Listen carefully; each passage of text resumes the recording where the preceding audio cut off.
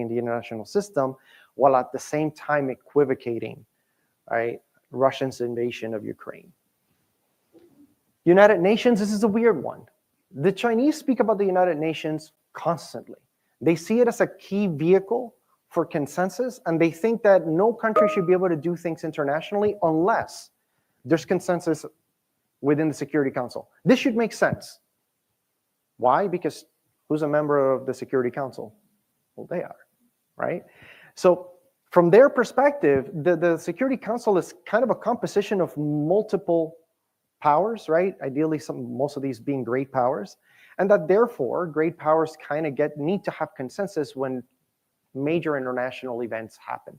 This is their perspective, because having that seat at the table gives them a voice that they otherwise wouldn't have, right? So it shouldn't, again, be that surprising that the Chinese are very pro-UN, and especially the Security Council, because they see it as a mechanism, right, for them to be able to articulate their preferences and ideally sway the international community towards those preferences. If you're a New York homeowner, then you could qualify to receive $19,400 to stop paying your electric bill. The federal government has officially extended the solar investment credit, which gives homeowners thousands of dollars when they upgrade their homes with solar panels. Not only was it extended, but the average rebate is now over $12,000. Plus, the state of New York will pay another $5,000 on top of that. And if you live in an active zip code, there's another rebate that could be as high as $10,000. Just imagine getting over $20,000 towards your future electricity bills. That's essentially what this program could do for you. If you want to find out exactly how much you could get paid to go solar, just click on the button below and take our 60-second Go Solar quiz. You don't have to put any money down. You just redirect money that you already spend on electricity and put it towards owning the equipment that produces your own power. The reason you see so many people doing this is because your solar payment can be 30 to 60% less than your current electric bill. And unlike your electric bill, that payment will never increase. So to find out how much you can save each month, just click below and YouTube will open a new window for you to take our 60-second quiz. And once you're finished, you'll be brought back to the same video that you came here to watch. These incentives might have been extended, but material costs and interest rates will continue to rise. So you'll save more money by starting this process now. It's totally free to see if you qualify, and there's no cost up front to go solar. You'll just replace your electric bill with a much cheaper payment to own your solar panels, saving you thousands of dollars over time. Don't let yourself waste another dollar buying expensive power when you can pay less to own your energy. Click below and start saving.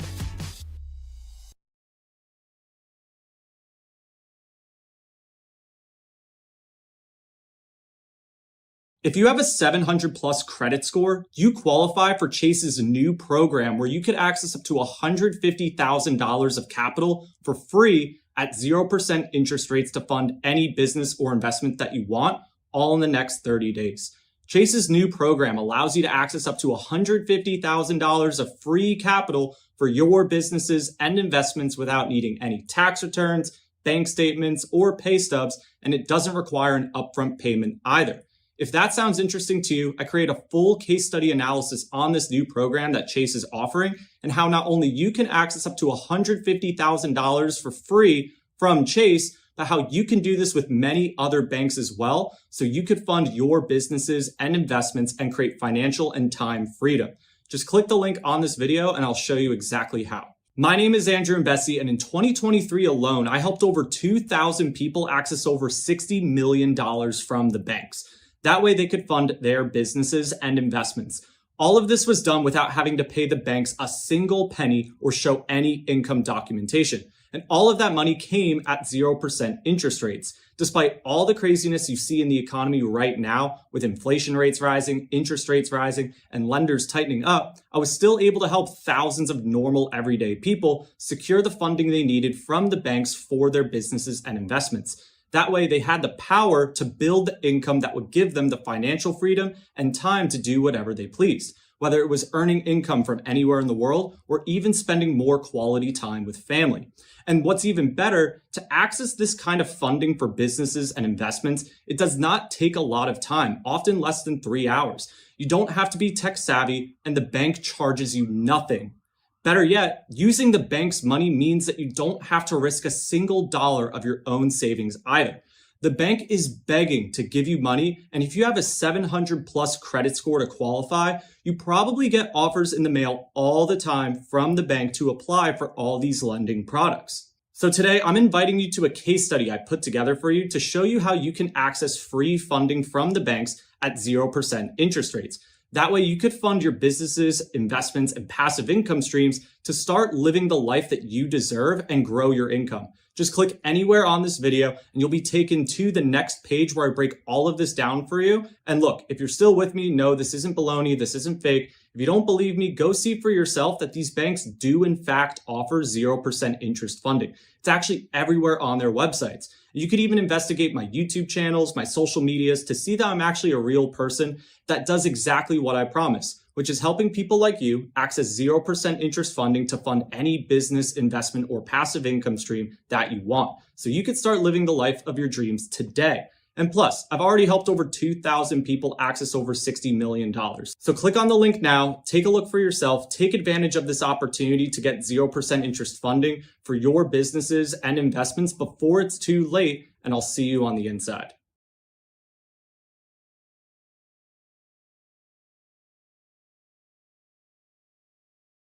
Okay. The G2 was something that Xi Jinping tried to kind of make a reality during the Obama administration. The idea was, right, we have the G7, used to have the G8 grouping. These are major economies of the world. They're also very influential in global security dynamics. So Xi Jinping wanted to propose this idea of a G2 to the United States, because if the United States recognized this idea of a G2, it would give China an equal position to the United States. And the Chinese interests would have to be taken seriously in Washington, right? Ultimately, this kind of dies away because, for one, the Obama administration didn't pay any heed to this particular proposal, and it wasn't really raised at all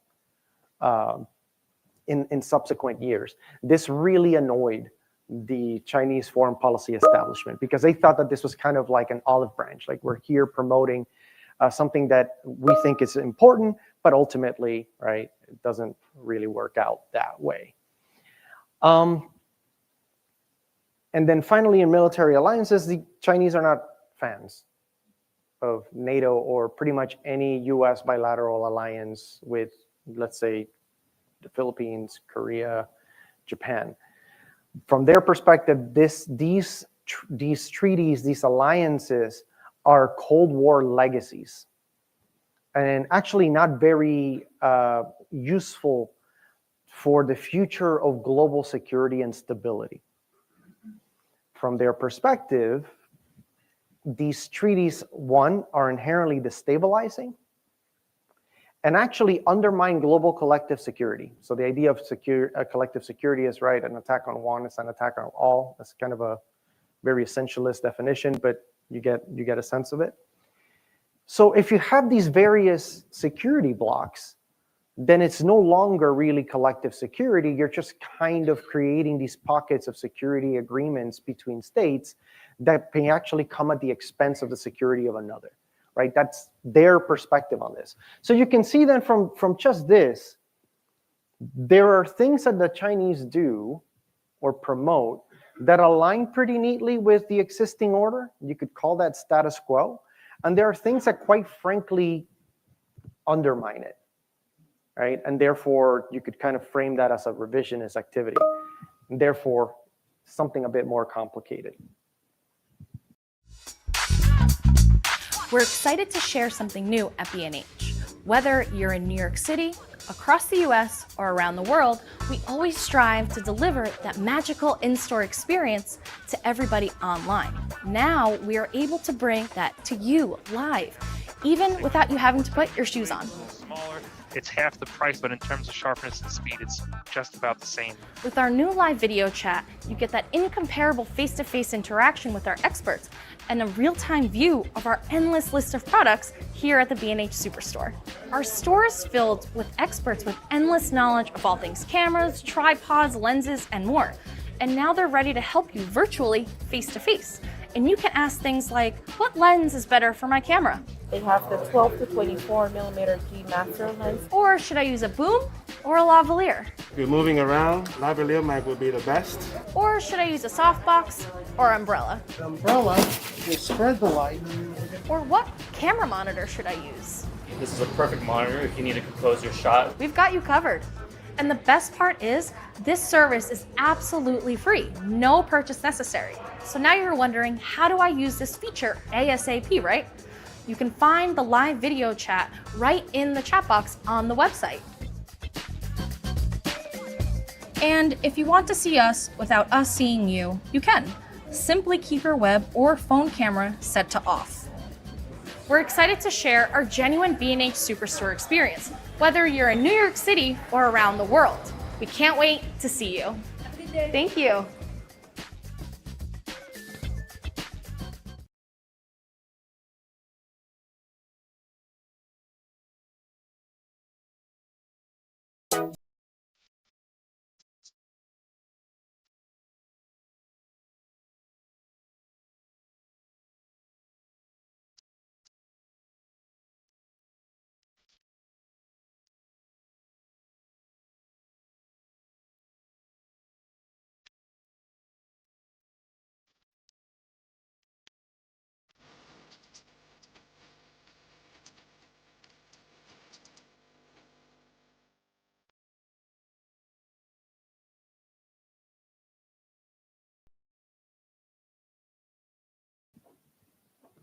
So let's talk a bit about the economic order. There's a lot here. I could spend an entire semester just talking about this alone.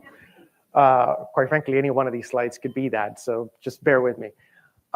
Here again, China has a very complicated relationship with the international system, but actually this is the one component of the international order that China actually aligns pretty neatly with what's already there.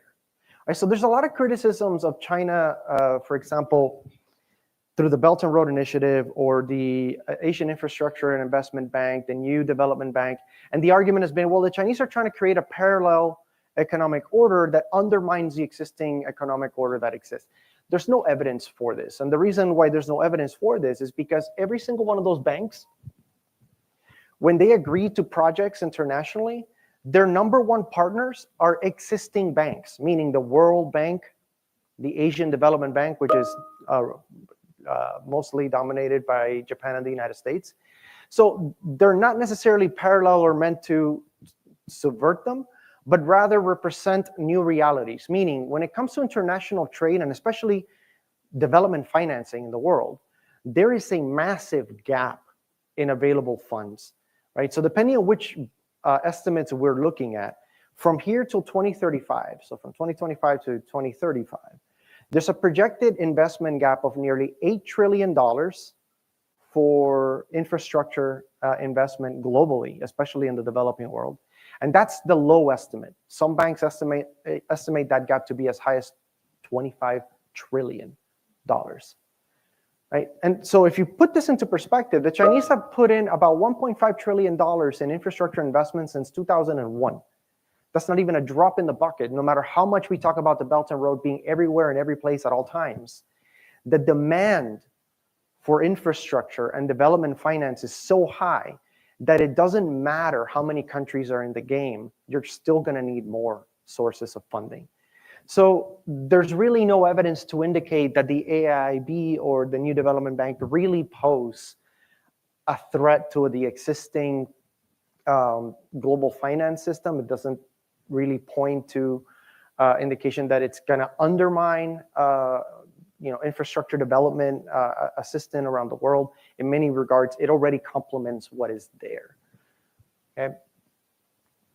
One of the things where, or one of the areas for sure, where the Chinese could be outside of the existing order, and in fact, things that we should probably be paying very close attention to.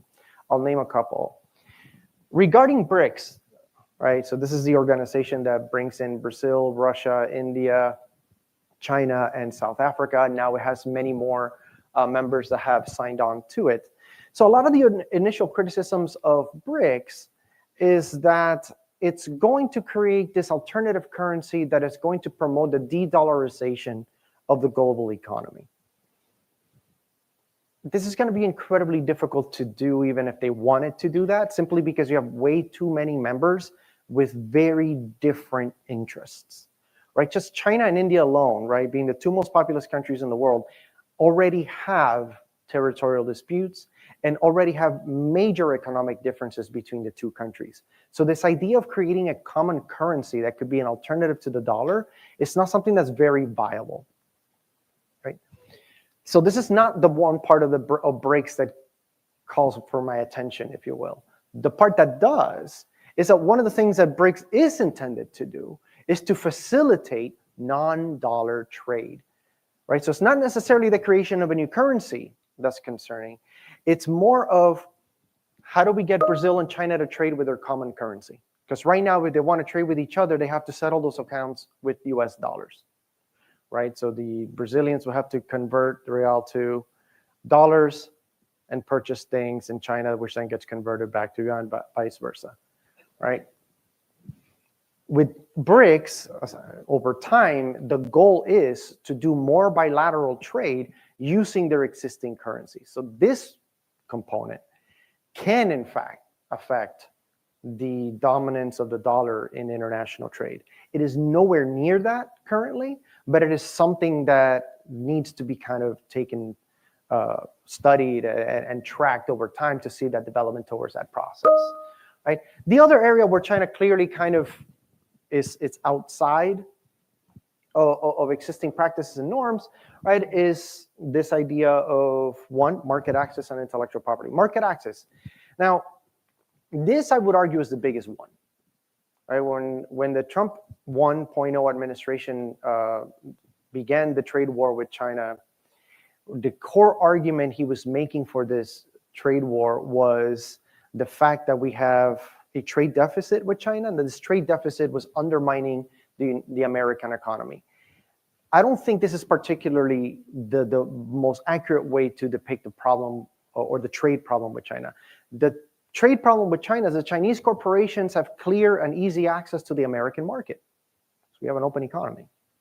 Whereas American firms do not, right? So the ability of an American firm to compete efficiently, effectively, and fairly in the Chinese market is simply not there. And this actually is a more important side of the equation, because that's how you then begin to address that trade gap, because then American goods would be able to be in that market and Chinese consumers would be able to buy those goods.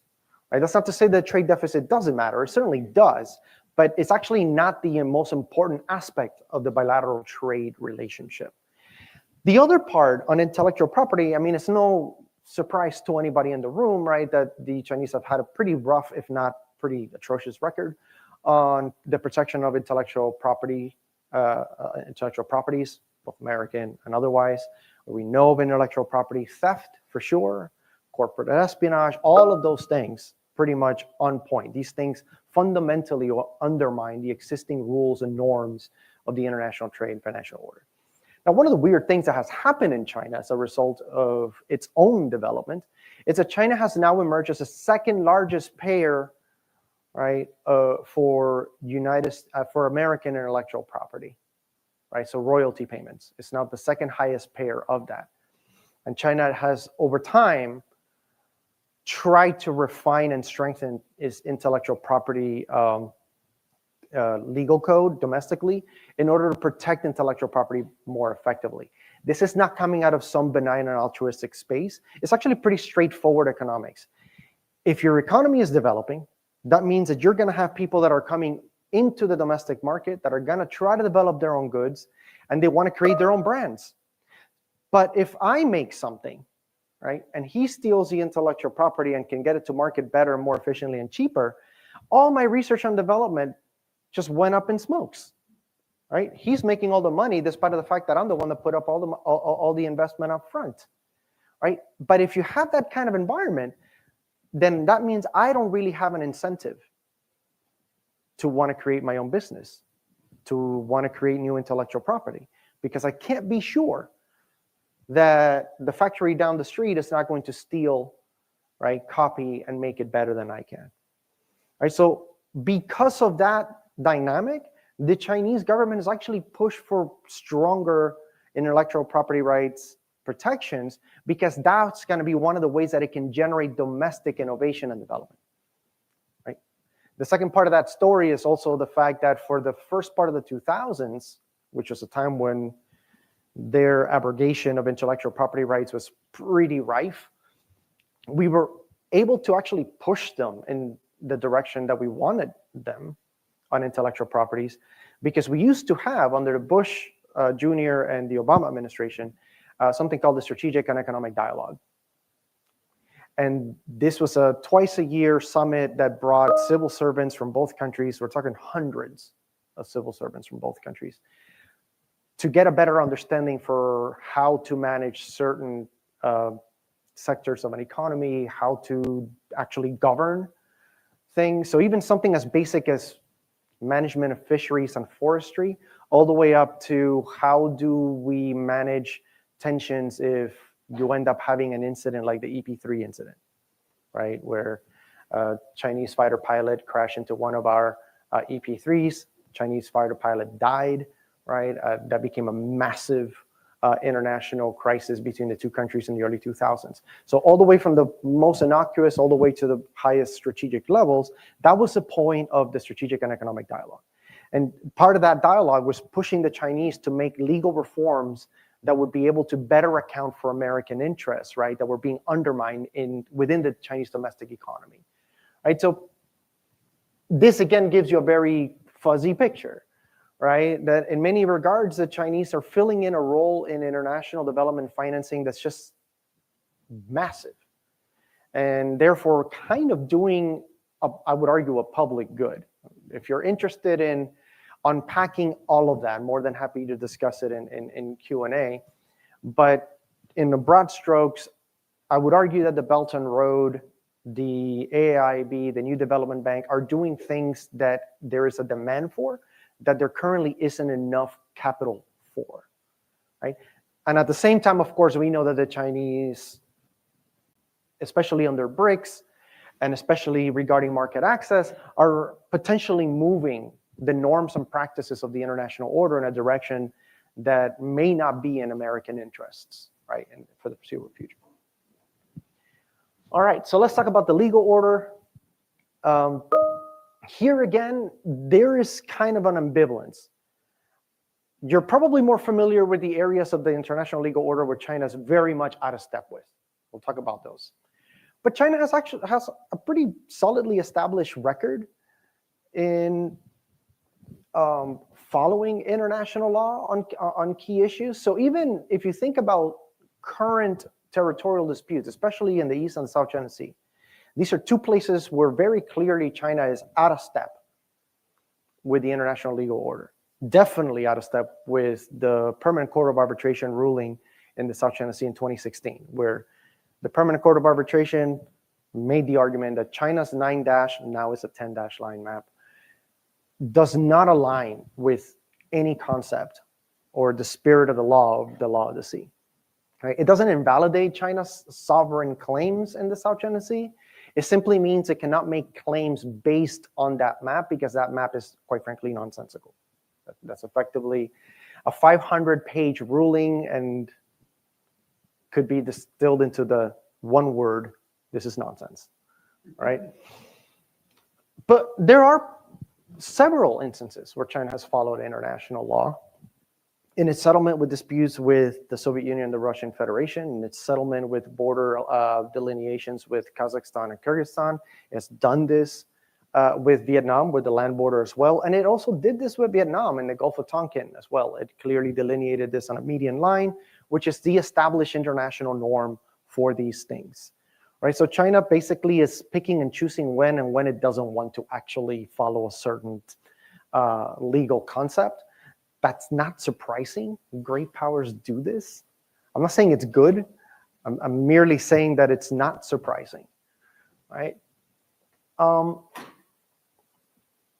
So one of the interesting things to take away when it comes to Chinese like interpretations of international law, it's been an area of study that's preoccupied me the last couple of years, is that their initial encounter with international law in the 19th century was not a positive one. From their perspective, the imposition of unequal treaties during the 19th century was case in point of how great powers like to use legal instruments to legalize, right, power. Right? So imperial acquisitions, I can basically say, through law, I made this legal because look at this book we wrote. And so from that 19th century perspective, international law is very instrumental. It is simply another tool that imperial powers use to impose their will on weaker countries. And China certainly enters the family of nations as an uncivilized nation in the 19th century.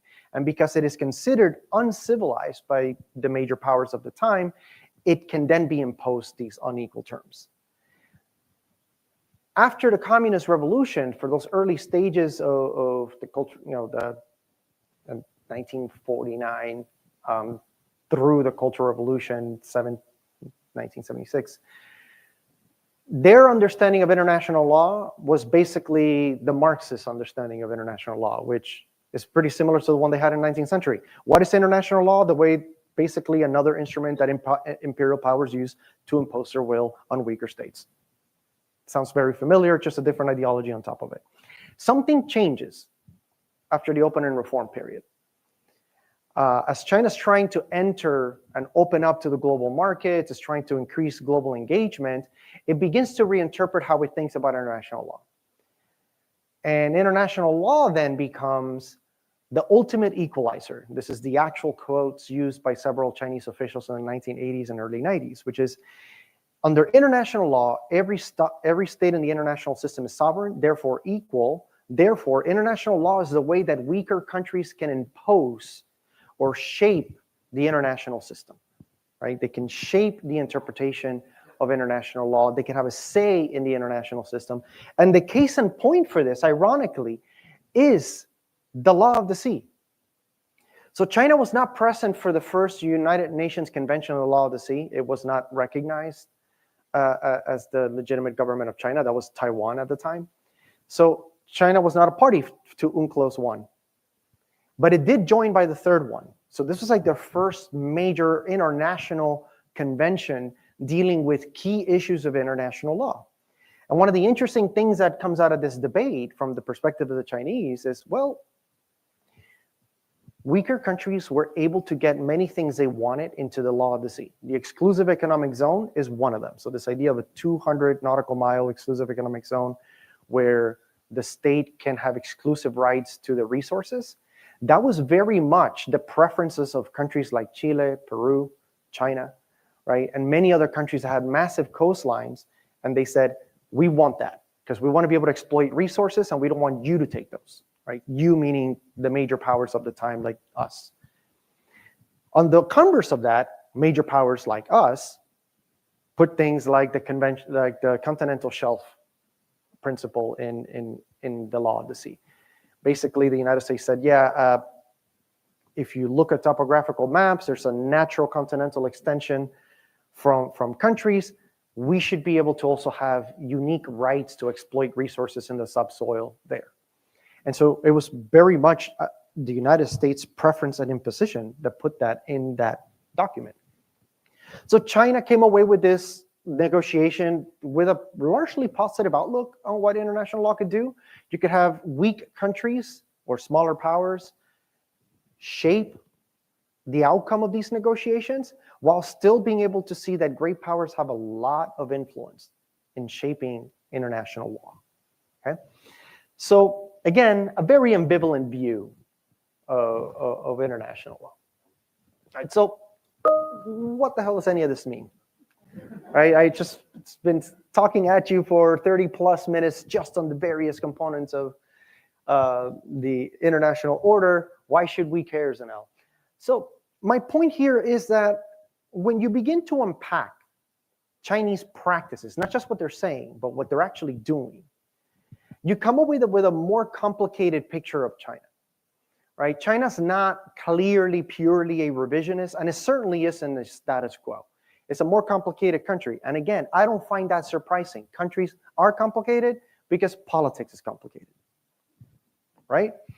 And so I would argue then that just based on Chinese practices, we can already start seeing areas that we could potentially cooperate with China to stabilize and create a floor on the relationship. And there are areas where, quite frankly, our interests are very diametrically opposed, and where we might actually need to be a lot more forceful in defending, especially as the 21st century unfolds. And I'm happy to talk about those as well. And so if you take that interpretation, you come away with this conclusion that, in many regards, the kind of challenge that China presents, right? If we all agree that China is the most important bilateral relationship we're going to have to maintain, for better or worse, however you might feel about it, if it is the most important, and if in fact we in the United States are making the argument that we are in a strategic competition with China, and that China's are, as we call it, the pacing challenge, then the type of challenge that China represents is important to unpack. Because China's challenge looks different depending on what we're talking about and when we're talking about, right? And so I would argue then that when the United States, or I should say American officials, talk of the rules-based order,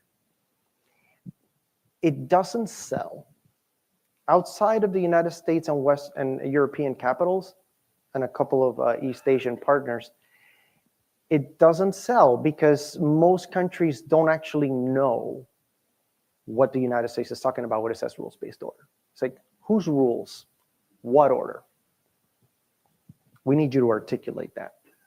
Because ultimately, if we are going to make the argument that the United States is self-interested and that ultimately we are all about maximizing American interests for the American public, then you have to make the assumption that this is also the case for almost every country in the international system, right? Nobody's going to fold like a lawn chair just because the United States wants it to, right? One of the things I have to, I talk to my students about this at the War College all the time, and they lived it, right? Because they've served abroad. They have made their professional careers in the global war on terrorism.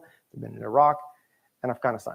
The most powerful country in the world, the richest country in the world, with the most powerful military in the world, has incredible difficulties in imposing its preferences on the international system. So if we have a hard time imposing our preferences in the international system, why would it be any easier for anybody else, right? That's the reality. So it then matters quite a bit for the United States to articulate, right, what a rules-based order actually means. And this kind of brings me to the conclusion, right? For starters, I already said this up front. I don't like the status quo revisionist binary. It's not helpful. It tells me absolutely nothing about the United States or any country for that matter. I would argue that China does complement us in many ways, but it also clearly undermines certain American interests, and that matters for us. And so this is the argument I've been making then for the last 5-7 minutes, right?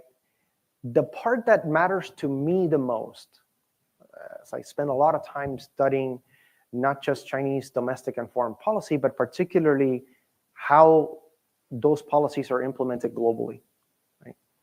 The part that interests me the most is how we articulate an order that is inclusive enough where emerging economies in the global south see a role for themselves in that order, right? If we are unable to articulate an order that is going to, let's say, expand the tent, if you will, it's going to get increasingly difficult for the United States to pursue its interests. Because let me put this into perspective.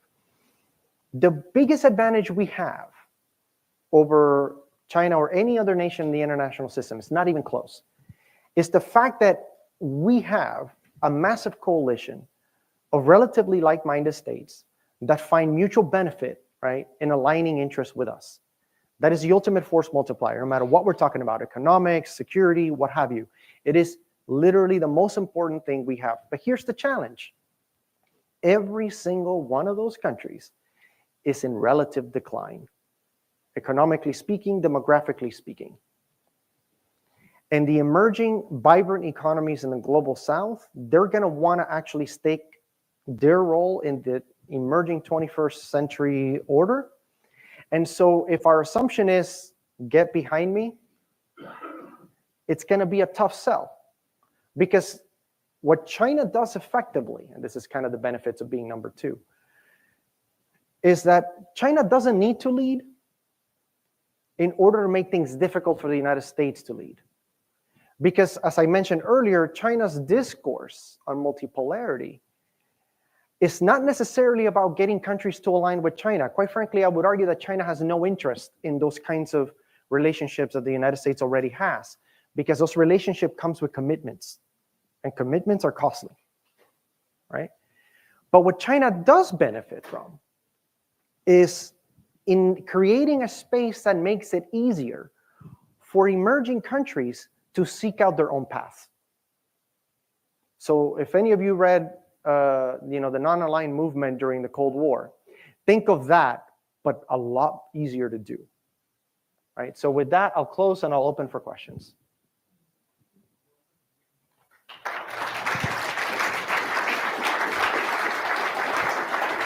Oh, I think you have a break before questions, am I right? Yes, Okay, sorry. he stands corrected.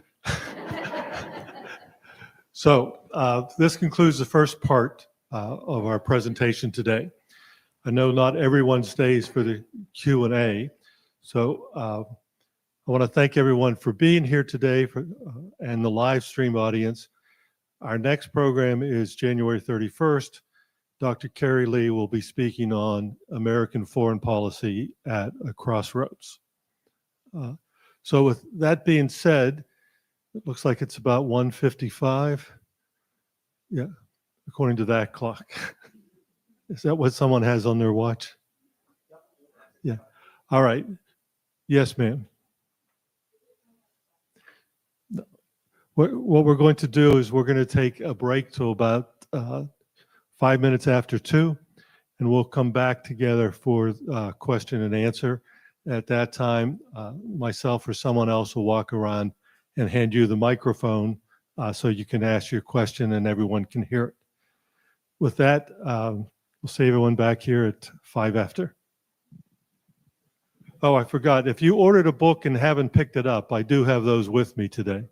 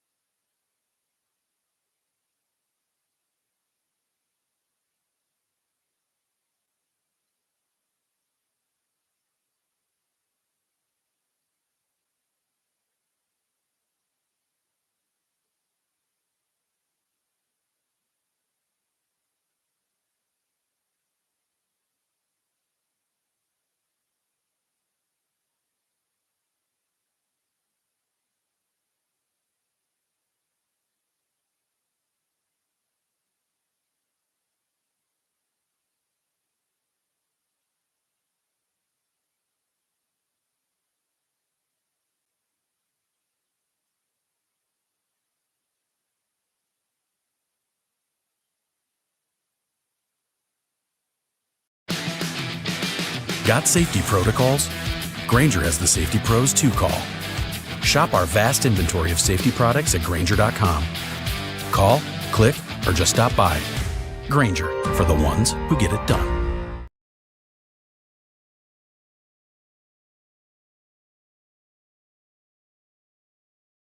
We all love different kinds of surprises. Funny, fluffy, and romantic. But some surprises are fake. So for NordVPN's birthday, we have something special.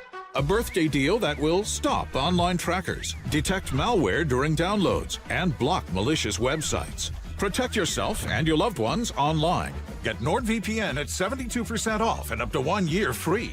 NordVPN, cybersecurity built for every day.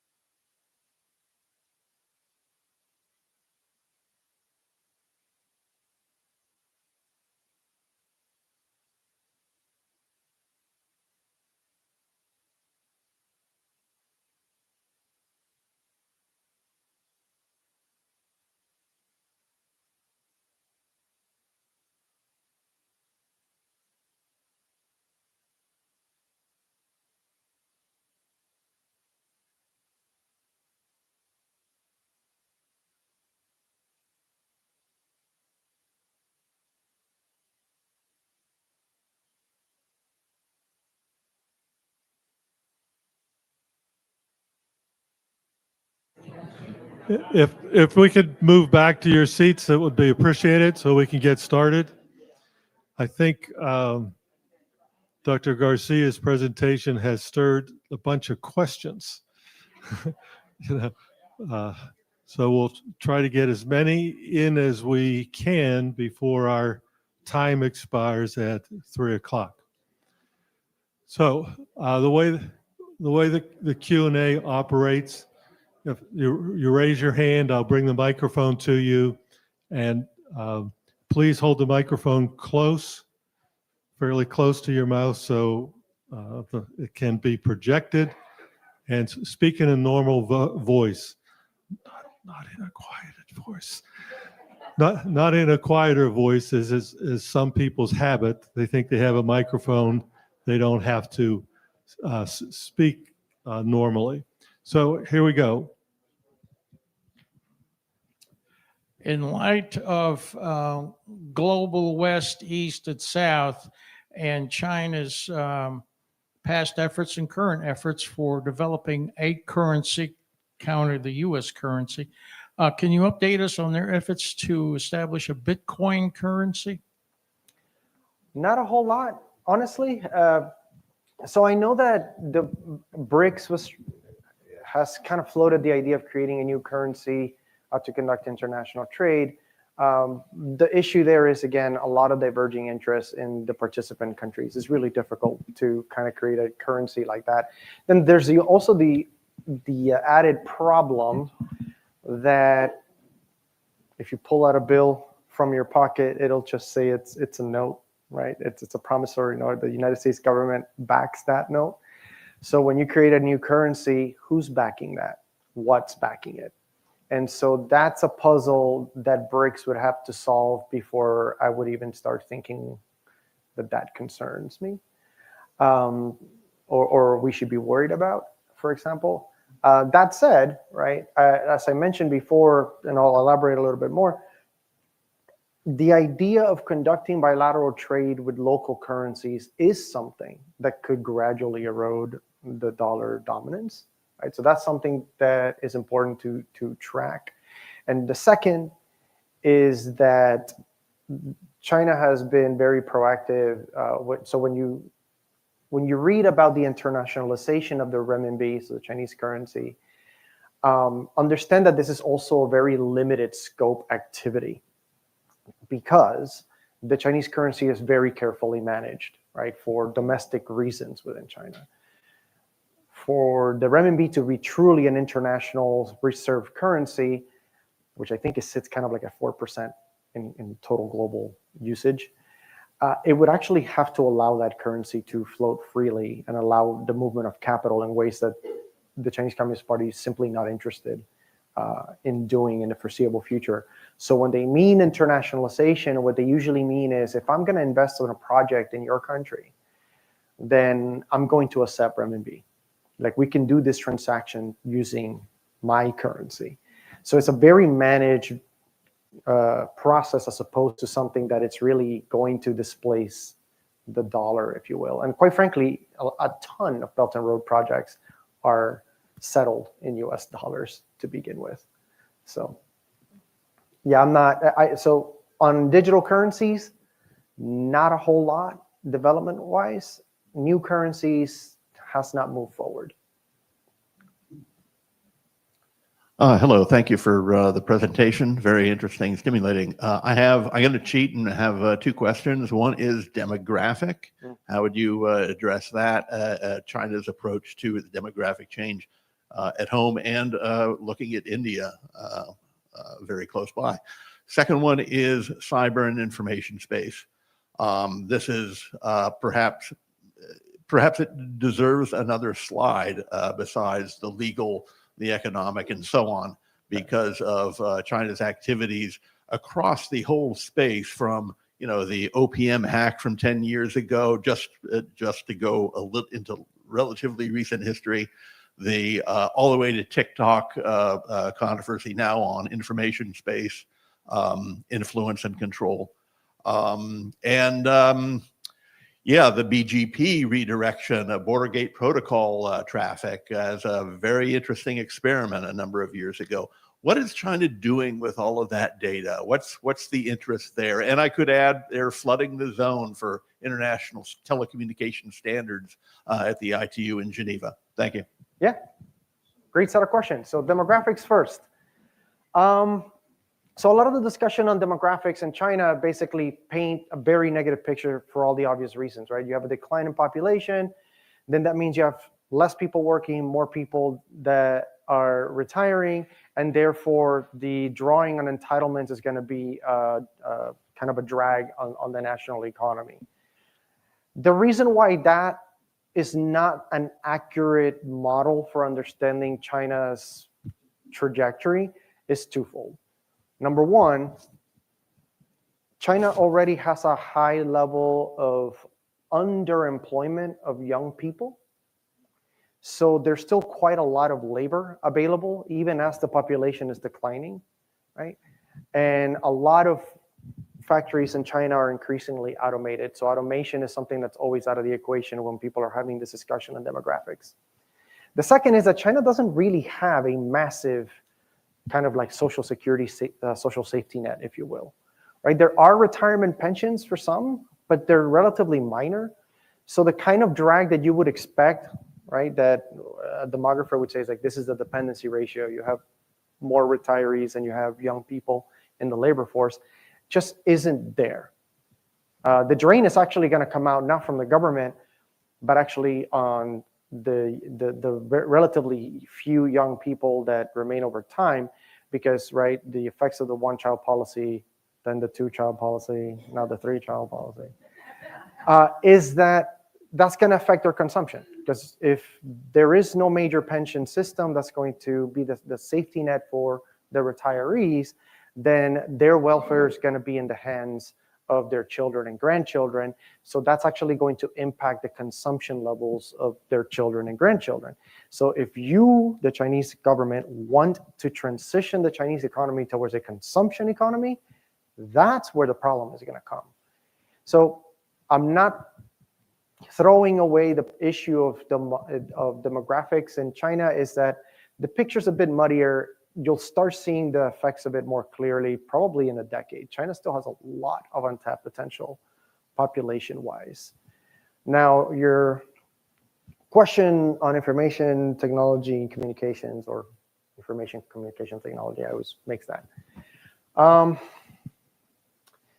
That depends on the activity we're talking about. So if you're talking about espionage, if you're talking about hacking, these kinds of things, not great, not surprising.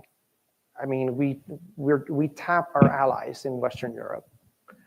Again, I'm not saying that's good. I'm saying that that's not unique. It's basically statecraft 101, right? You're going to use the technologies you have to try to get an upper hand on the competitor. So the problem with a lot of these cyber technologies is that there really isn't an established global framework for any of this.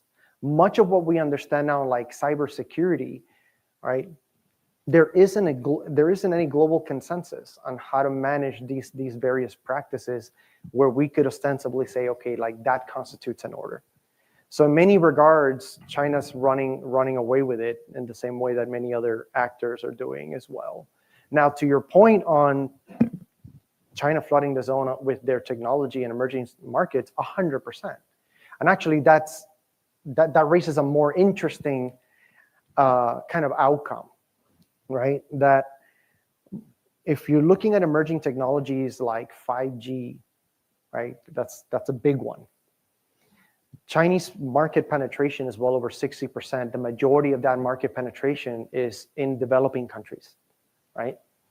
That then means that as the international community, right, gets together to set the standards for 5G, China now gets to have a seat at the table in delineating the protocols for 5G, which means that China then is in a position where its intellectual property, Chinese intellectual property, right, is going to be a key player in that technology, and where American firms are effectively paying Chinese royalties for that intellectual property, right? So in many regards, standard setting is quite frankly like a new zone for geopolitics. Like it's just through and through. Because ultimately what China has effectively created is a condition where you have to basically make two choices. I'm either going to keep the Chinese intellectual property completely out of my system, so I'm going to create a 5G that is just the United States and its allies and partners, but you've now then effectively fragmented the global 5G standard, right? You effectively created two different things. That comes with global economic costs. And you may say, you know, for national security, I don't care. It doesn't matter, right? But that's still going to have to be a conversation that you're going to have, right? Which is, okay, I'm willing to absorb the global economic hit in order to not be connected to that intellectual property, to not have to pay into that. Or you make the concession that China has certainly gotten ahead on this particular technology, and therefore that IP is going to be part of future 5G. So China has done this in a lot of emerging fields because, think about it, China's a late developer, right? Nobody's talking about the Chinese economy 25 years ago. This is a developing country with a massive population. The per capita income was negligible, right? And it's completely become a transformed economy. It's a global player. You can't deny that. But because it is a late player, it's kind of have to figure out, well, if I bring technology from the West, there's always going to be a gap between what I can do and what they can do, because that technology is simply more mature in developed and industrialized countries. So what about emerging fields where nobody has an advantage? If I invest more on those and I get there first, or I get there at least close in time with the rest of the world, then I get to have a seat at the table. And then the equation changes completely.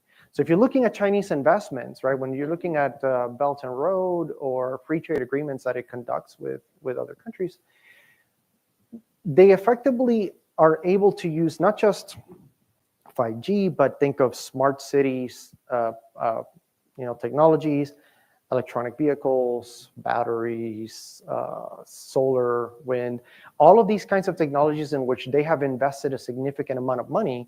They're able to find a ready market in developing countries because they're able to offer those goods at a price point that is, quite frankly, affordable for many of those countries. And once they've kind of penetrated those markets, now they have global share that they otherwise wouldn't have in technologies that are crucial for the 21st century economy. So yes, standard setting is very, very vital. This is one of the reasons why we probably need to be spending a bit more on research and development in this country for all the right reasons, right? If you want to maintain a competitive edge, that stuff matters a lot. So the next question comes from our live stream audience. So according to Professor Lord, the U.S. has influenced UNCLOS, but has never joined. Has China signed onto or joined UNCLOS? Great question. Shout out to Professor Lord.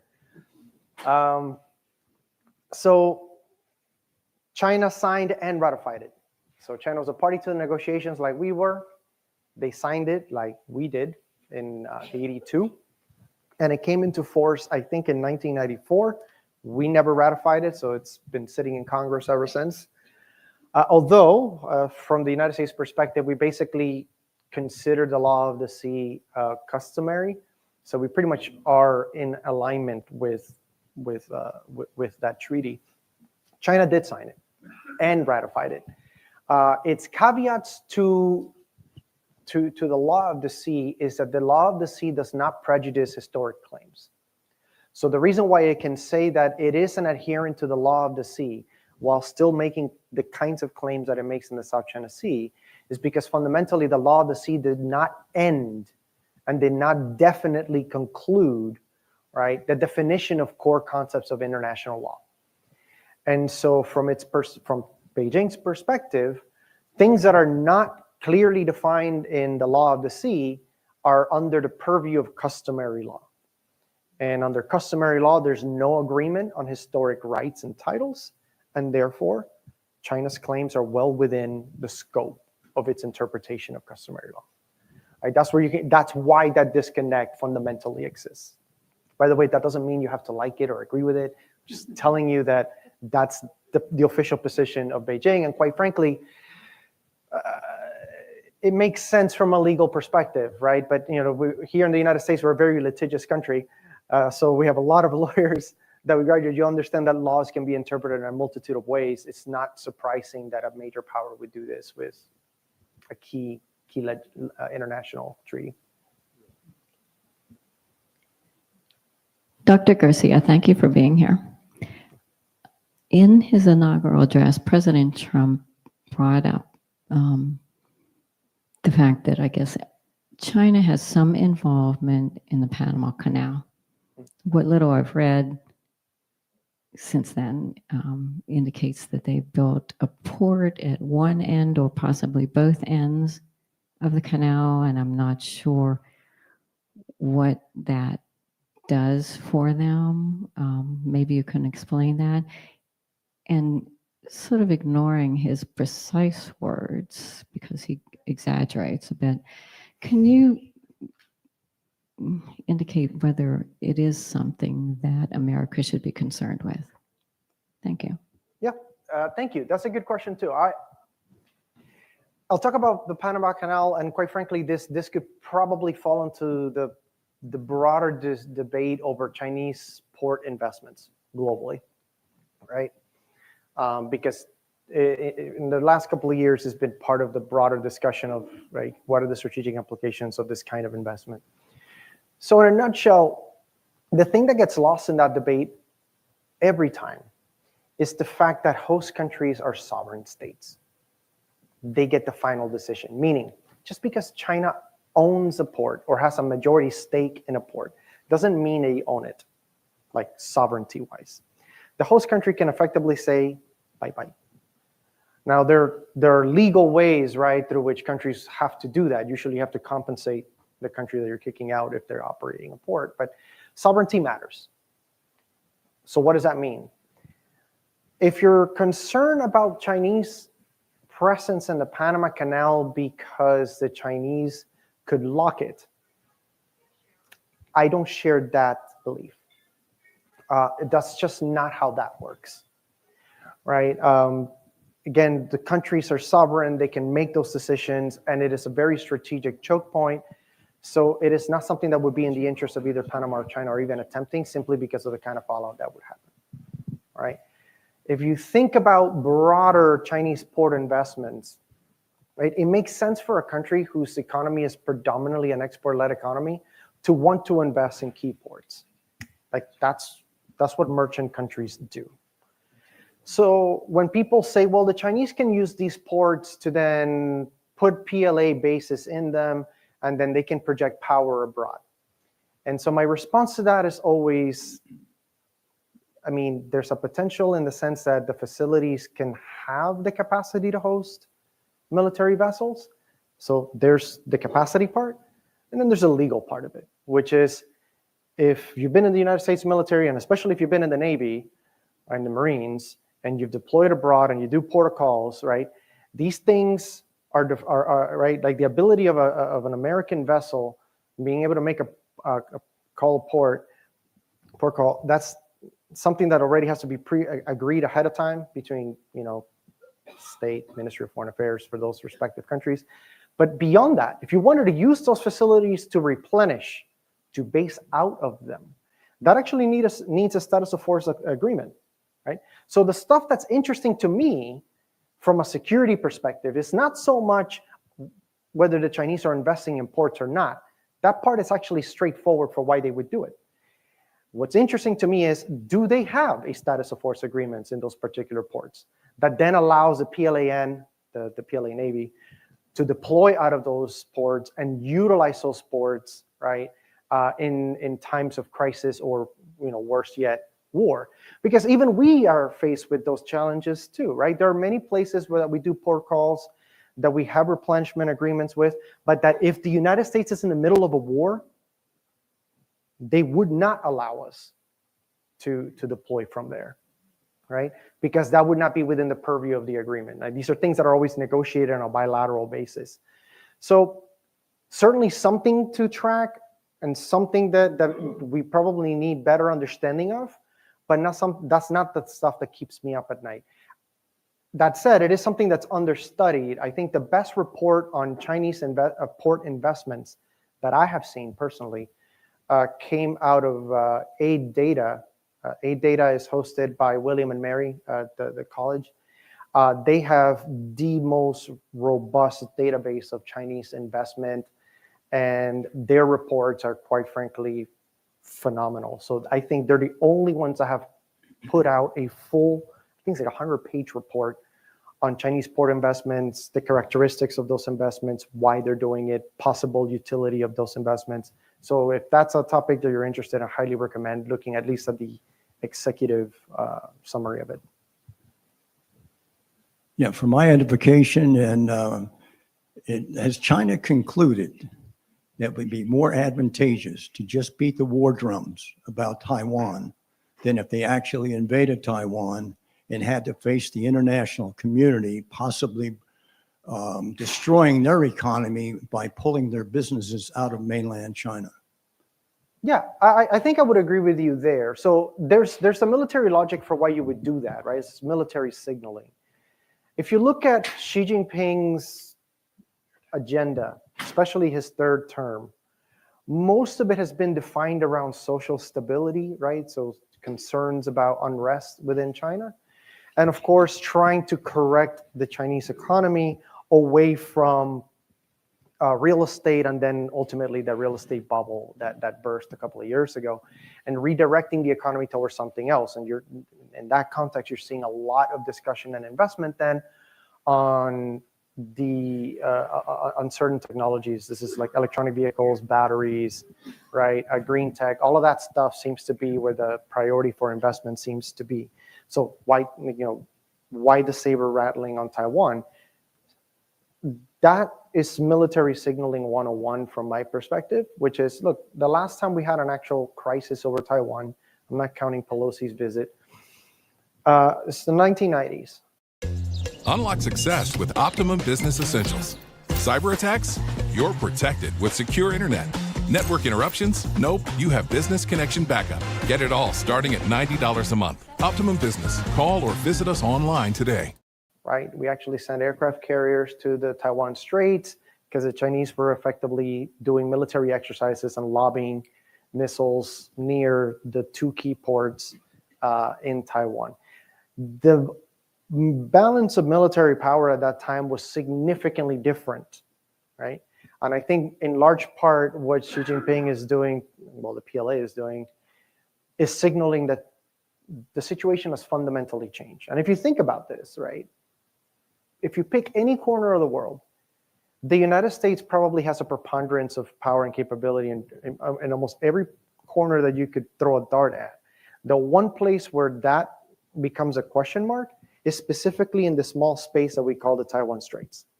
That is the only place where we could argue the odds are not even, simply because, well, China's physically there, right? Like it's about 110 miles to cross the straits, and it has depth. And for the last 30 plus years, everything that the PLA has done is focus on that issue and developing the capabilities for that issue. So a lot of that demonstration highlights the fact that, hey, you need to account for all of this if you're really serious about getting involved over that. The hope then is effectively, I think this is exactly where you and I agree, it's to deter the United States from changing a status quo in ways that China doesn't want, right? If we wanted to change that status quo, meaning we, the US, that there's a cost that keeps going up over time. A substantial portion of humanity seems to have a psychological affinity for black or white. Zero sum. Any win for you is a loss for me. And that seems to fly in the face of most of what you talked about in the previous hour. So what are the chances of success or even progress in any sort of cooperation? Man, You're asking one of the most cynical people alive that question. You weren't kidding. You were going to ask a tough question. So honestly, I'm not highly optimistic, and a lot of that has to do with it's not just us, right? I think there's some growing consensus within the American national security establishment that China's a problem and that cooperation with China is increasingly less and less desirable. In fact, you have, as part of that broader domestic American debate, a discussion that engagement with China failed, right? I think the engagement failed camp is delusional, because if you hear them tell the story, the reason we engaged with China was to bring them out into the world and hopefully help them liberalize the economy, and eventually they were going to become democratic and kumbaya into the sunset, into the international order. I'm like, well, none of that is historically accurate, right? The rapprochement with China was basically to kind of poke the eye at the Soviets, because there was a Sino-Soviet split, right, in the 1950s and 60s. So it was a strategic reason why we started engaging with China. Second, we started engaging with them economically because our American firms benefited from being first to market. You're crushing it, making money for decades. Right? The first time I went to China, the most common vehicle I could find in Shanghai and Hangzhou, which are like the first two big cities that I went to in China, were Buicks. 80% of the sale of Buicks were being sold to the Chinese. The Chinese thought that these were big and powerful cars. That was the answer I was given by many of my colleagues there. So the notion that the Chinese would ever transition to a democratic government was an insane assumption, because they told you that was not ever for discussion. After Tiananmen Square, it was very clear. Deng Xiaoping, right, was very clear. Getting rich is glorious. You can open the door to economic, right, fortunes. You keep that door to political reform very close. That is not something we're going to deal with, right? So they've told you who they were very early on. So did engagement fail? That's right. If they tell you who they are, believe them. But did engagement fail? I would argue no. And the reason no is because it kind of creates a counter, or kind of like counterfactual history, meaning if we didn't engage with China, what does China look like today? Right? Would it be worse? Would it be better? And so I would argue that engagement with China got us closer towards a China that came along to many of our preferences than otherwise would have. And we have the receipts for that, right? So I think engagement in many regards was useful. You're never going to get everything you want in any bilateral relationship, even with allies, right? So why would you expect that again from a possible competitor? So I'm pessimistic on the domestic end because the debate is increasingly narrowing. And in fact, there was a really interesting study done, came out a couple of months ago, and I'm blanking out on the authors. But they were interviewing, doing surveys of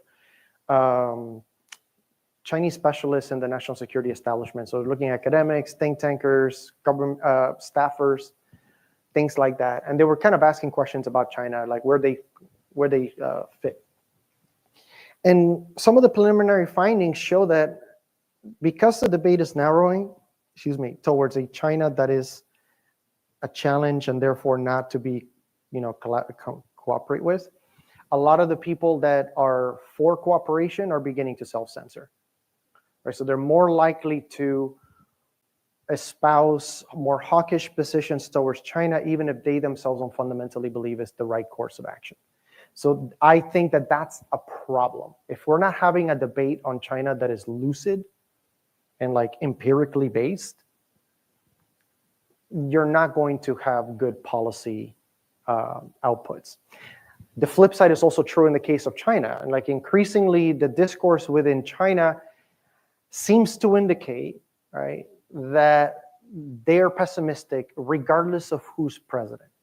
Meaning there used to be an assumption within Chinese government that, look, if this particular administration was kind of anti-China as they define it, we'll just wait them out for 8 years, and then we'll try to engage with the new administration and see if we can reset the relationship in a different pathway. Increasingly, Chinese officials view that both parties already think it's politically beneficial to throw China under the bus, so they're pessimistic about engagement too. And I think that's the stuff that's scary, right? So if we don't think engagement is valuable and they don't think engagement is valuable, then the answer to your question, is there a future for engagement? Nah. And so, yeah, that's, like I said, very depressing answer. A question on the, you framed this discussion about the sort of competition between worldviews or world orders. And great job, talking us through, China's view on a lot of aspects of that. So I wondered if you could spend a little bit more time on bullet number 3, where it talks about the U.S., bullet number 3 on your conclusion slide, where you talk about the U.S. officials need to articulate a vision of, so it's like, well, what's left of the rules-based international order? What aspects do you think the United States still has some advantages to support, to emphasize? I know it's a little hard to tell what Trump 2.0 is going to be like. Sure. But I'm sort of surprised that Biden 1.0 wasn't a whole lot different than Trump 1.0 in a lot of respects for the rules-based international order. So I wonder what your take is on your third bullet up there. Yeah, I think that's a great question. So if you're thinking about, let's say, just the trade order alone, right? We are increasingly out of step with global trends and dynamics, meaning the global trend and dynamic is towards greater regional integration. So a lot of free trade agreements that are like regional in scope. If you think about TPP, the Trans-Pacific Partnership, which is now the CPTPP, which don't ask me to tell you what that stands for now, because, and then there's the RCEP, which is the Regional Comprehensive Economic Partnership, right? So that's the one that brings the 10 Southeast Asian countries into a free trade agreement with China, Korea, Japan. It's the only free trade agreement that brings those 3 countries together under one rubric, by the way.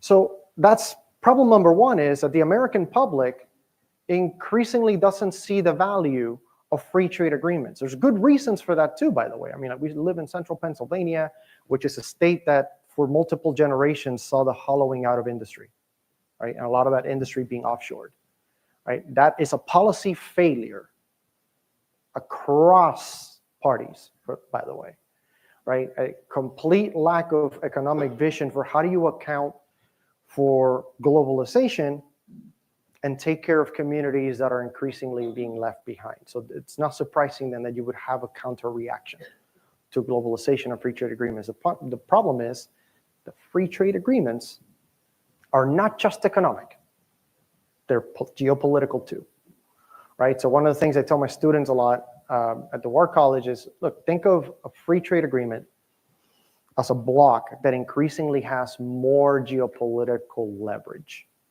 Meaning, at the most basic level, a free trade agreement facilitates trades between members and makes trade between those members and outside members more difficult, right? It gets more costly because you have different tariff agreements, right?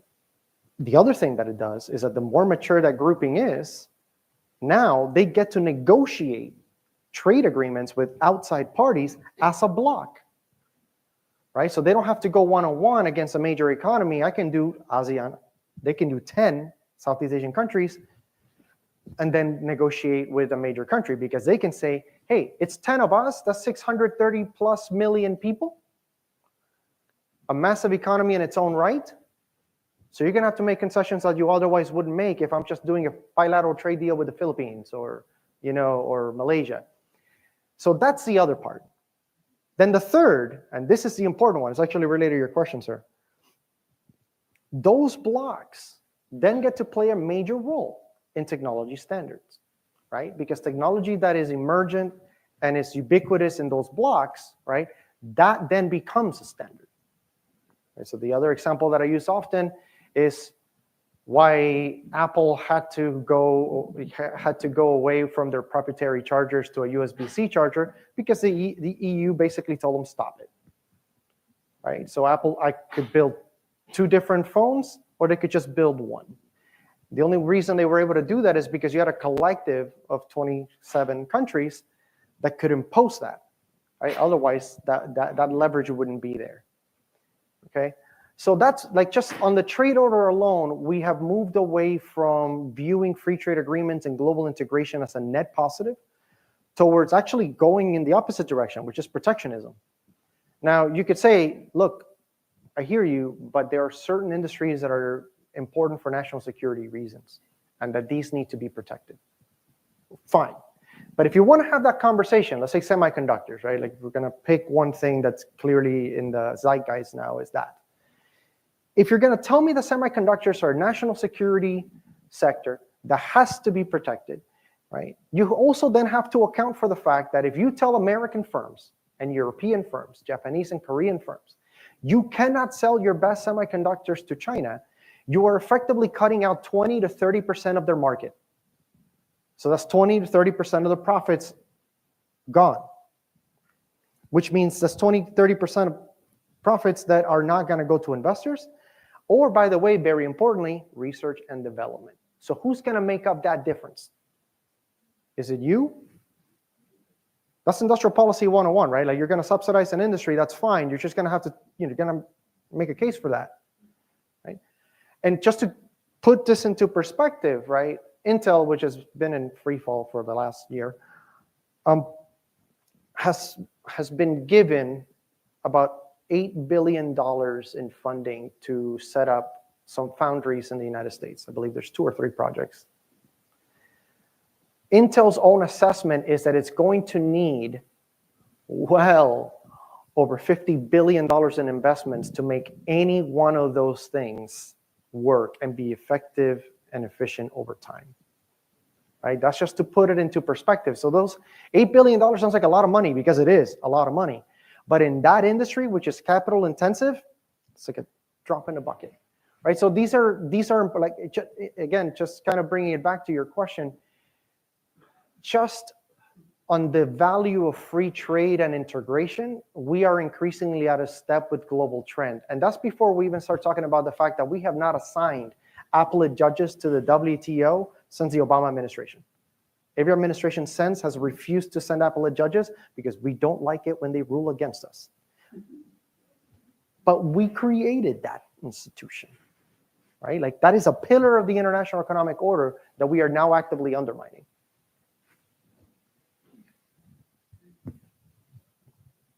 Hey, I had a question about politics within China. So Xi Jinping seems like he's been, very successful continuing this climb of China, despite some recent rumblings with the economy and real estate.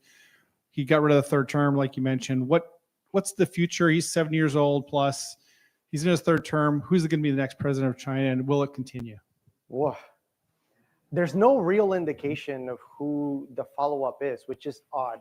The practice since Deng Xiaoping was that you had already kind of selected your protege, and it doesn't appear that she has selected anybody for that. So that's weird. And in fact, life happens, right? Like, he could drop any minute, and the CCP would have to figure out, oh, what do we do now, right? But as far as like, what's the trajectory domestically in China, again, really depends what we're asking about here. I mean, if you're talking about just the economy, there's good and bad projections depending on what we're talking about. So there's a lot of local government debt in China, right? And the central government so far has been unwilling to bail out local governments. They have the money to do that, but they don't want to get in the business of bailing out those local governments. Ironically, because the argument is that this would create a moral hazard. This is capitalism 101. It's like, if I bail you out, you're just going to do it again, and then I'm going to have to bail you out again. So this is literally what central authorities are telling the provincial and local governments, like, figure it out. Like, you got yourself there, you'll get yourself out of it. We don't want to deal with it. Right? So that's actually very surprising. Now, I do not think that the central government is going to be able to hold that position indefinitely, but I also don't think that the local governments are going to be able to get completely bailed out. There's going to be something in the middle. Because at some point, the stress of debt is going to make it difficult for local governments to provide public goods and services, which is then immediately correlated with social stability in China, right? And so once that rumbling begins, you're going to have to see some kind of activity that's helping this out. So that's, I guess that's kind of like a very the negative side. There's also a lot of resource strain in China, right? You have 20% of the world's population on 7% of the world's arable land. Check this out. I'm going to show you how I afforded this car. Okay, you ready? All right, $118 for car insurance. That's how much I was paying, okay? I picked up the car a few months ago, and watch this, ready? $97 premium, $20 were my fees, $118. Now, I covered up my private information, guys. $39, $118. Check this out, ready? $500 for comprehensive, $500 for collision, $500 for comprehensive, $500 for collision, okay? The same make and model, Hyundai Ioniq, okay? Guys, it's the same policy, $118 to $39. As you can see, I have full coverage. I have a premium policy. I love my coverage and I love my insurance company, but I was paying a lot and I didn't even realize it. Check this out. See, look. All right. Hyundai Ioniq. I picked my year. Okay. Hyundai Ioniq. There's my make. I picked it already. And then you're going to scroll down and find your model. This Ioniq Limited. Guys, this only takes 2 minutes. Okay. It's free. Stop overpaying. Fill this out.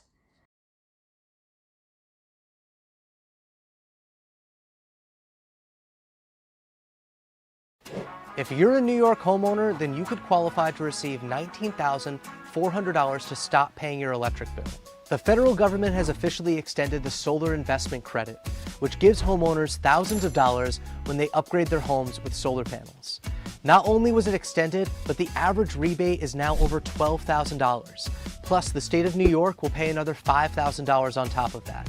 And if you live in an active zip code, there's another rebate that can be as high as $10,000. Just imagine getting over $20,000 towards your future electricity bills. That's essentially what this program could do for you. If you want to find out exactly how much you could get paid to go solar, just click on the button below and take our 60-second Go Solar quiz. You don't have to put any money down. You just redirect money that you already spend on electricity and put it towards owning the equipment that produces your own power. The reason you see so many people doing this is because your solar payment can be 30 to 60% less than your current electric bill. And unlike your electric bill, that payment will never increase. So to find out how much you can save each month, just click below and YouTube will open a new window for you to take our 60-second quiz. And once you're finished, you'll be brought back to the same video that you came here to watch. These incentives might have been extended, but material costs and interest rates will continue to rise. So you'll save more money by starting this process now. It's totally free to see if you qualify, and there's no cost up front to go solar. You'll just replace your electric bill with a much cheaper payment to own your solar panels, saving you thousands of dollars over time.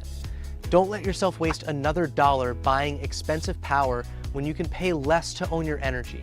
Click below and start saving.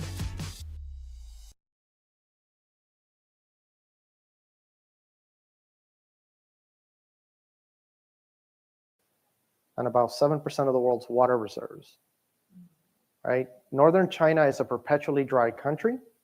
There's a reason why they spend $60+ billion to divert water from the south to the north, right? This is really difficult to maintain and quite frankly, not sustainable. If you're just thinking about environmental degradation, it's gonna be really difficult to, one, have more agricultural productivity, and two, be able to continue to consume water at the volume that it's being consumed without hitting higher levels of strain, right? Now, what are the plus sides? The plus side is that, quite frankly, China has a lot of potential for economic growth still. It's just a matter of policy choices. Basically, Xi Jinping would need to make very painful decisions that would hurt for an immediate period of time, and then ideally enable the economy growth. So banking reforms is one that people have been talking about for, quite frankly, 30 years. Why? I mean, most banks in China do not lend money to small, medium business owners because it's just too small of a sum. So there's already an inherent bias towards massive state-owned enterprises that can draw, hundreds of millions of dollars in loans, whereas you and I maybe are going to ask for 100,000, and they're like, yeah, you're not important enough. So ultimately, that means that you and I are raising money amongst family and friends, or going into shadow banking, which is, loan sharks by another name, right? That in itself causes a strain economically. And quite frankly, the estimates on the drain is in the hundreds of billions, but nobody actually knows, because again, this is kind of unaccounted for. So these are basic reforms that could be done, but they would be painful. I mean, this is not unprecedented. Jiang Zemin, when he pushed through the state-owned enterprise reforms in the 1990s in order to bring China in line to join the WTO, that basically put 50 million people out of work. And it wasn't just work, because the people that were employed by state-owned enterprises, the housing was provided by the state-owned enterprise. Their kids' education was provided at schools from those state-owned enterprises. Clinics also maintained through those state-owned enterprises, and never mind their pensions. So when these places closed or consolidated, you lost your job, you lost your home, you lost your pension, your kids lost their school. That's 50 million people, right? And that's painful. No matter what anybody says, that is not a popular policy choice. But Jiang Zemin did it because this is what he wanted to do. So Xi Jinping basically is at a situation where he's going to increasingly, if he wants to open up potential, he's going to have to start looking at some of these things that are not low-hanging fruits, or actually quite difficult ones. There have been a lot of changes in Hong Kong, and Hong Kong is a world financial market. How do you see this affecting that area? At Grainger, we have over 1 million products, including the ones that help keep your workplace safe and sound. Shop our vast inventory of safety products at Grainger.com. Grainger, for the ones who get it done.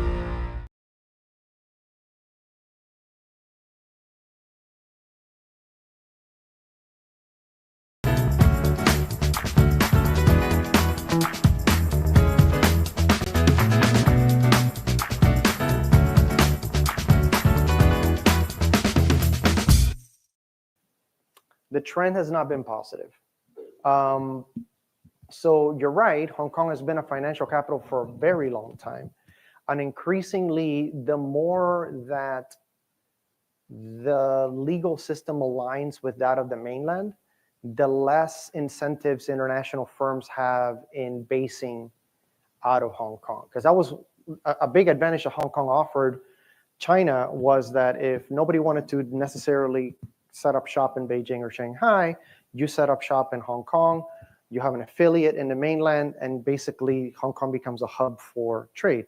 And this is actually where the majority of foreign direct investment going into China was funneled through Hong Kong.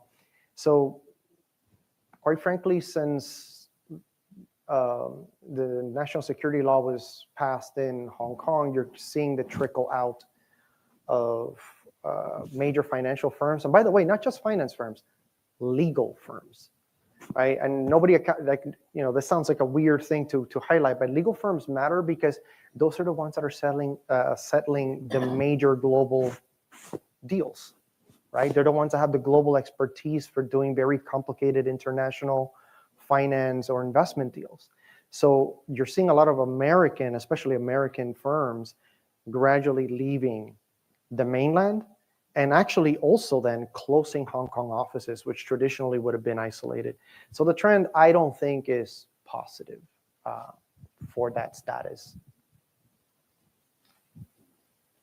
It's been about 50 years, I guess, since Nixon and Kissinger went to China and talked about engagement. And during that time, I can only guess that hundreds of thousands, perhaps millions of young Chinese were educated in France and Germany and England, the US and Canada and so forth. I doubt that you have good news for us, but are there any little Adams or Jeffersons running around in China who can avoid being crushed like bugs by the regime?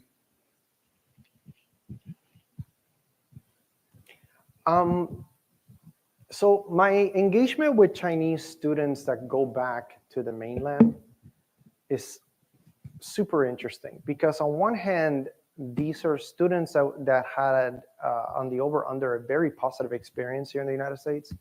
They think very highly of the United States and the time they had here, while simultaneously being incredibly nationalist because they also made it through the patriotic education within China.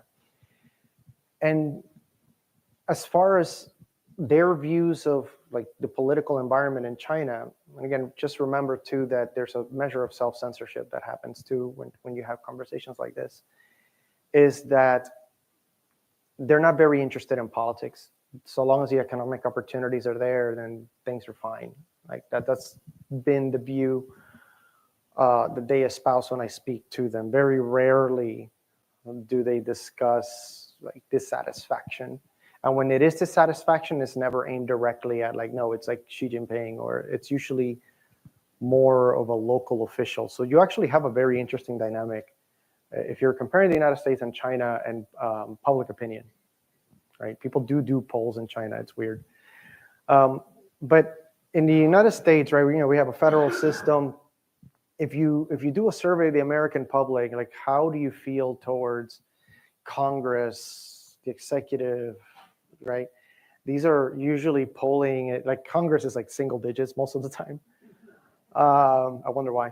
And then you have the executive varies, right, as well. But when you poll them for local officials, right, so like state, county, right, or township, whatever, it's significantly higher. So the assumption is that, well, I know Jim, I know where he lives, he's in the county, office, and I'm gonna trust that he's gonna take care of business, because if he doesn't take care of business, I'm gonna give him a piece of my mind. I'm gonna let him know that, you're doing a terrible job and I'm gonna vote against you. The inverse is true in China, meaning local officials, those are the ones that they're the patsies, right? The central officials have a much higher approval rating. The reason being, when people are dissatisfied at a local level, the immediate person they can blame is the local official. And then officials up the food chain are like, okay, well, fine, I'll get rid of Jim. I'll give you Bob. Jim's not fired. Jim's just gonna end up in a different county somewhere. But you don't know that, right? But we're gonna get rid of this person. And that actually makes the higher officials look very responsive to the needs of the individuals at that local level. So you have a complete flip of that. It's a weird answer to your question, but hopefully useful. We have time for one more. Okay. Hi, thank you very much for being here. It's super. COVID, set of facts, okay, that I think, I'm sorry, that I think are undisputed, and that's that COVID started in Wuhan, whether the wet markets, whether the lab, whatever, but the substantial outbreak of COVID started in China. The CCP put a wall around Wuhan. No Wuhanians outside of that wall, no Chinese into Wuhan. At the same time, they openly allowed international travel in and out of Wuhan from the international community and the Chinese Wuhanian community throughout the world. After the breakout, when the international community, health community wanted to go in and figure out what happened, they did not cooperate at all. All right, certainly under American jurisprudence, I think what they did in respect to allowing international travel is the equivalent of what's called reckless indifference to harm. That would be subject to punitive damages. The world really, on a relative basis, does not appear to have been that punitive towards China, to what they did and to what resulted in tens of millions of people dying. What's your view on that? That is one way to close this out. Okay, so I think I'm a bit less, I couldn't tell you anything that I don't have evidence for. So the argument that the Chinese willingly allowed foreign travel with the intent of kind of resulting in all of these problems, I think that's more of a function of how governance works in China. Meaning, and that's not a satisfying answer, by the way. I'm not telling you it's good, I'm not telling you it's bad. I'm literally telling you that we saw this play out in SARS too. Like the immediate local officials, their reaction is, let's not talk about it, right? It's immediate censorship because nobody wants to send bad news upwards every time. And the people that have gone back to do studies of this pretty much shows that Wuhan officials were immediately the first ones that were trying to start censoring anybody in social media and cut communication as much as possible. By the time central officials got involved, that's when you start seeing the much broader lockdowns. But this comes much, much later. Like meaning, there's I give a class on this at the War College all the time, and we have an assumption that the Chinese government, because it is a single party, right? The Chinese Communist Party, it's got like 90+ million people. You have a very strong individual on the top as a party secretary, that whatever that person says and does automatically becomes implemented evenly down all the way to the lowest echelons. And decade after decade of field work on this outlines quite the opposite. There's a lot of a principal actor problem. The person at the top may want something done, but everybody below gets to interpret things very differently based on how they think it benefits them, right? And their institution, right? People are trying to fight for resources and position themselves as best possible to move up that food chain themselves. And so you get a lot of fragmentation in governance within China. There's a term that we have for this in political science, it's literally called fragmented authoritarianism. So when you look at health policies within China, SARS was supposed to have provided a blueprint for how the Chinese government becomes responsive to health crises like this. And quite frankly, none of those lessons played out at all. You saw basically a repetition of the same problem where local officials did exactly what they were not supposed to do, which is censor the information, allowed the spread effectively through their non-compliance of allowing information out. And once it got beyond them, they get chastised by central officials, and that's when the hammer drops. But even in COVID policy throughout China, right? Like you're familiar with, the idea of Xi Jinping calling for zero COVID or zero tolerance that ultimately goes away in 2021. Even that, like zero COVID, was not a clearly defined policy. There was no national policy on how any locality would manage process tracing or vaccinations. None.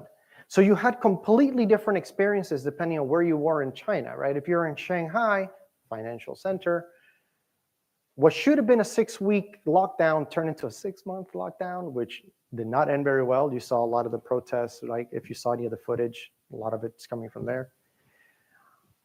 And then you have a very different experience further south in China, in Shenzhen, which is more of like a manufacturing base, where local officials there did not think it was logical to just lock everybody in their houses because factories would have to shut down.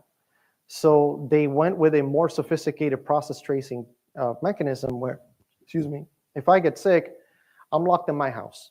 If you're my neighbor and you got sick, the neighborhood gets locked down, right? If it spills to another neighborhood, then now you start, closing down further and further blocks. So even there, you're starting to see that even though the guy on top says zero COVID, he doesn't actually tell you what that means. And in fact, there's no money available for vaccinations and testing. That was coming from provincial level funding. So it gives you a picture of just how messy governance actually is, which then produces actually a lot of spillover in international, in the international system. I give a talk on Chinese development finance, for example, and China gets a lot of legitimate criticism for the way that it does development finance. But a lot of how China does international finance is how it did domestic finance. That is how it understands development finance. And so all of the ideas of what works and what doesn't work comes from that experience. So when they go abroad, what works and what fails looks a lot for what works and fails within China proper itself. So not like the most satisfactory answer to you, I don't think. But I think the reason why we saw the absolute mess that was the spread is less intentionality and, quite frankly, I'll close with this, incredible mediocrity on the part of governance.